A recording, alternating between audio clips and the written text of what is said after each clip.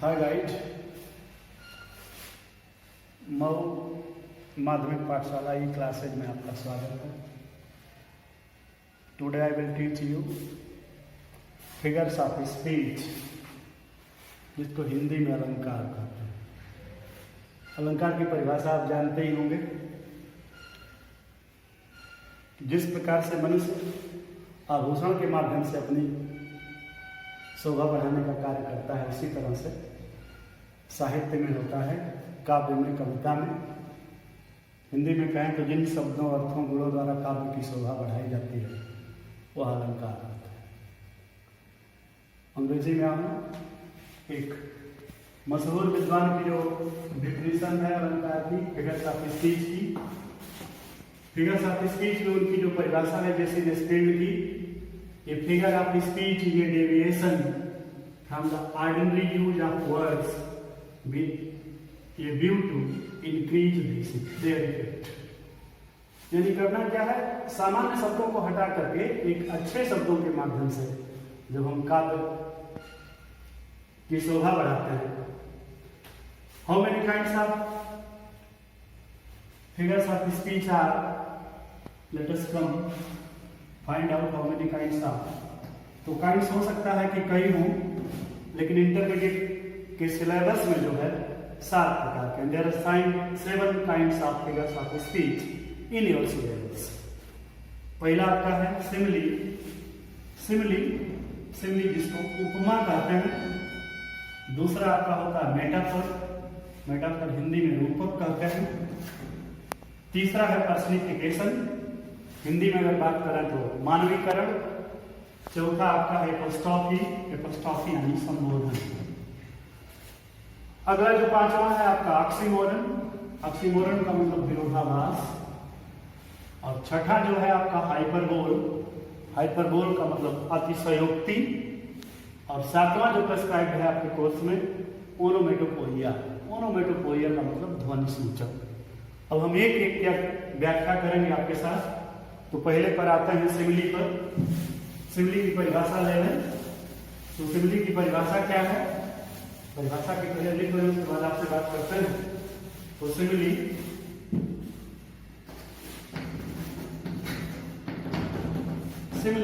Is a comparison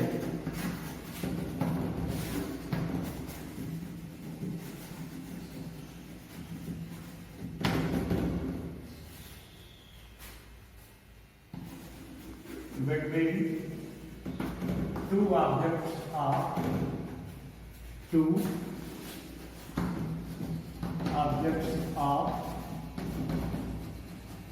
different kinds which had at least one point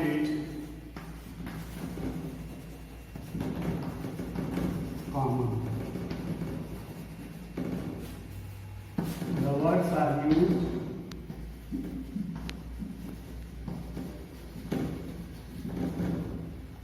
are as, like, so, are making comparison।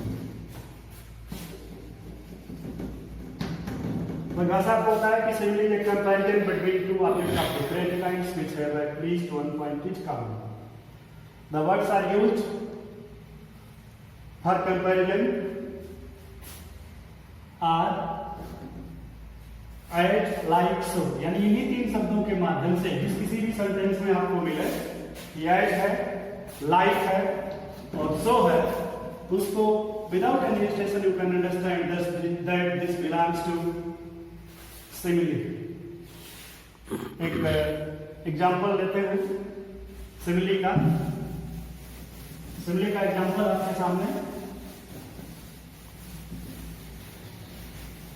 Example में आ जाए, राणा प्रताप वाले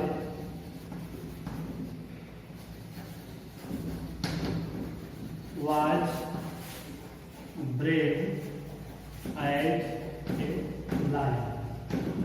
इस उदाहरण में आप देख सकते हैं, you can find out this example कि राणा प्रताप की तुलना या राणा प्रताप को जो बताया गया है एज ग्रेट एज लायन, यानी सिंह के समान बताया गया है। यानी राणा प्रताप इतने बहादुर थे जैसे कि एक सिंह। हाँ, एक चीज और आपको जानना होगा, जैसे कि परिभाषा में बताया कि सिमिलर एक comparison between two objects of different kinds, यानी जो भिन्न भिन्न व्यक्तियों या वस्तुओं की तुलना होती, किसी एक ही प्रकार का अगर होगा तो नहीं होगा। जैसे फॉर एग्जाम्पल आप उसके दूसरे एग्जाम्पल को ले लें, she is as beautiful as her mother.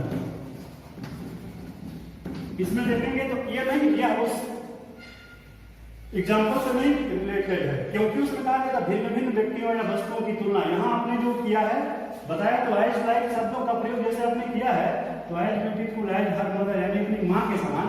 यहाँ भिन्न भिन्न व्यक्ति या भिन्न भिन्न वस्तु नहीं है, इसलिए ये जो दूसरा है ये आपके सिमिलर का एग्जाम्पल नहीं हो सकता है।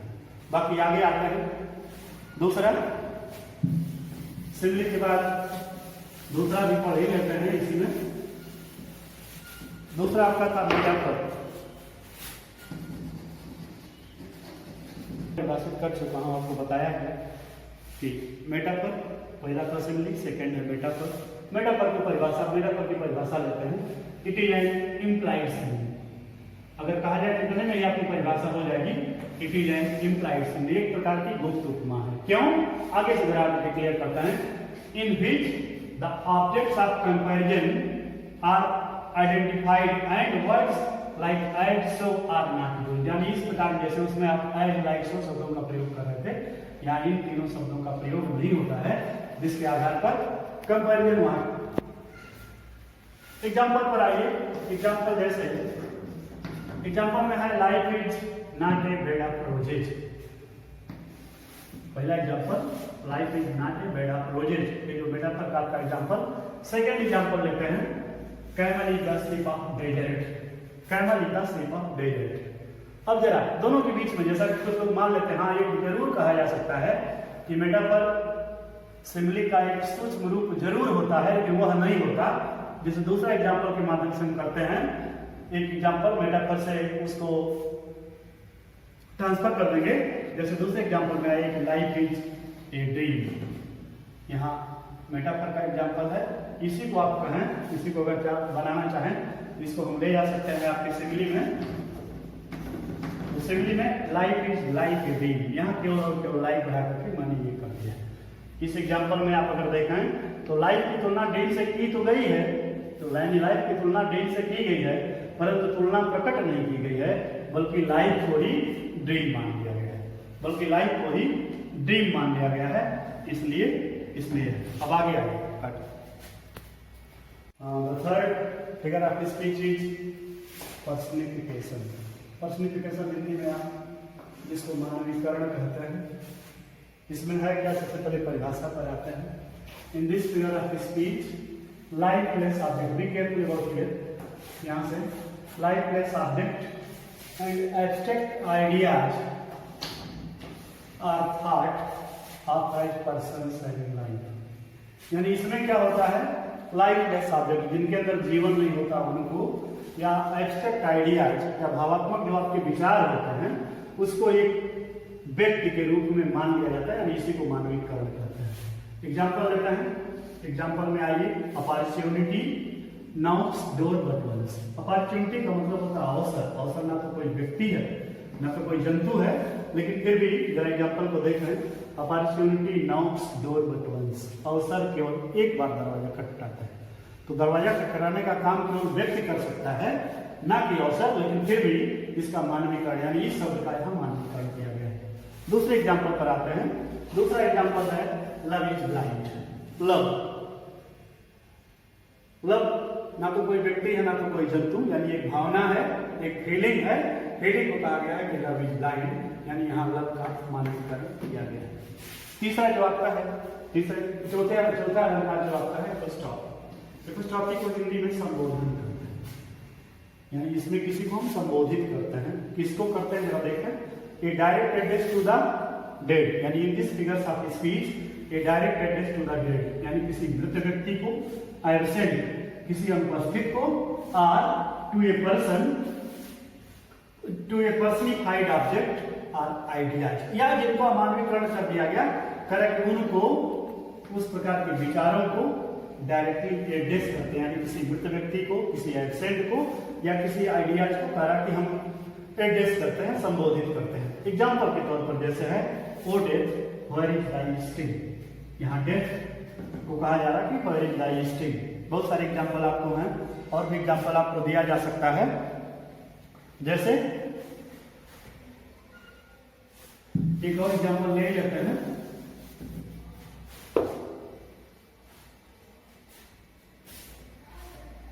ओ सॉलिट्यूड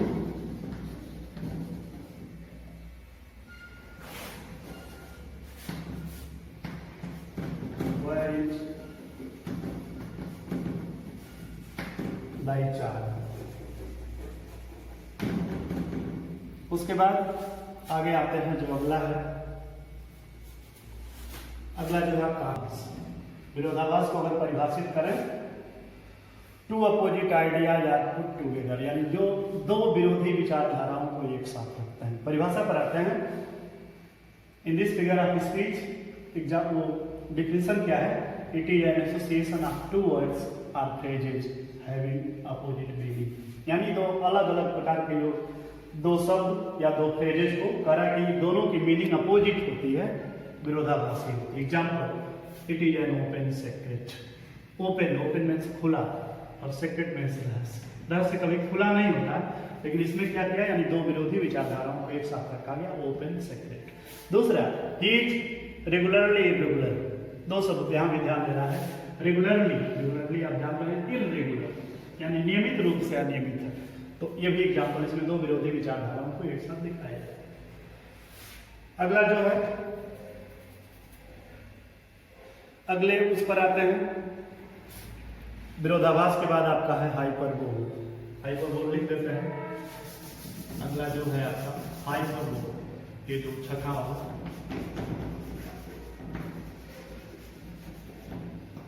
हाइपरबोल की परिभाषा यहाँ आइएगा।